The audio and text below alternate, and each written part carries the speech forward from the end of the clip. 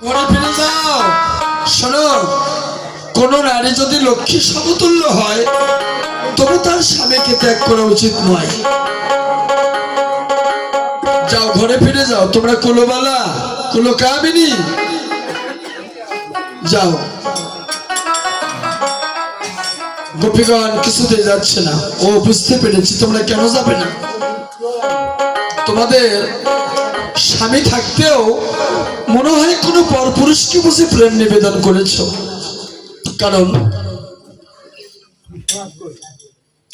তোমাদের স্বামীরা যখন ঘুমিয়ে পড়েছে সেই সময় সুযোগ বুঝে নিজ নিজ বন্ধুর সঙ্গে তোমরা দেখা করতে এসেছো। তাই যদি না হবে তোমরা যাচ্ছ না কেন? এই কথা শোনা মাত্র গোপীগণ গোবিন্দকে ভৎসনা করছেন। ষট, প্রবঞ্চক, প্রতারক, মিথ্যাবাদী, ছলনাময়। ছি ছি ছি, যদি আগে জানতাম তুমি এমনই করবে তাহলে তোমার বংশের ধ্বনি শ্রবণ করে কখনই আমরা ঘর ছেড়ে আসতাম না। এখন পরম ধারিণী হয়ে ধর্ম শিখাহে, এখন পরম ধারিণী হয়ে পরম শিখাহে, এখন পরম ধারিণী হয়ে ধর্ম শিখাহে। এখন পরম ধারিণী হয়ে পরম শিখাহে। চোরের মুখে ধর্মের কথা শুনে হাসি পাই যে। পরম ধারিণী হয়ে পরম শিখাহে। বেশ, তুমি চোর, তুমি পাকা চোর, সবচেয়ে বড় চোর। এই বৃন্দাবনের মধ্যে তোমার মতো চোর আর কেউ নেই। কারণ সবচেয়ে বড় চোর তুমি আমাদের মন চুরি করেছ।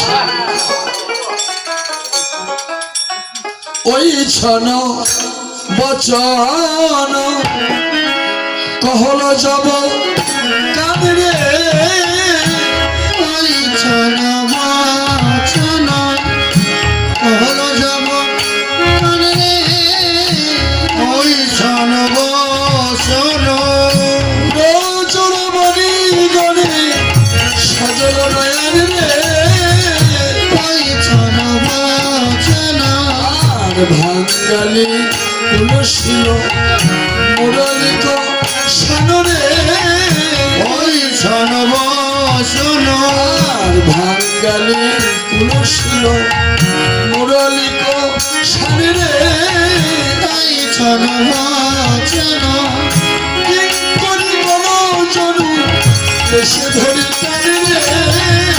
ওই ছন বচন আর টুটুল সব মনোরথ করুণী, ওই ছন বচন অবনত আমনে পাখির ক্ষুধরণী।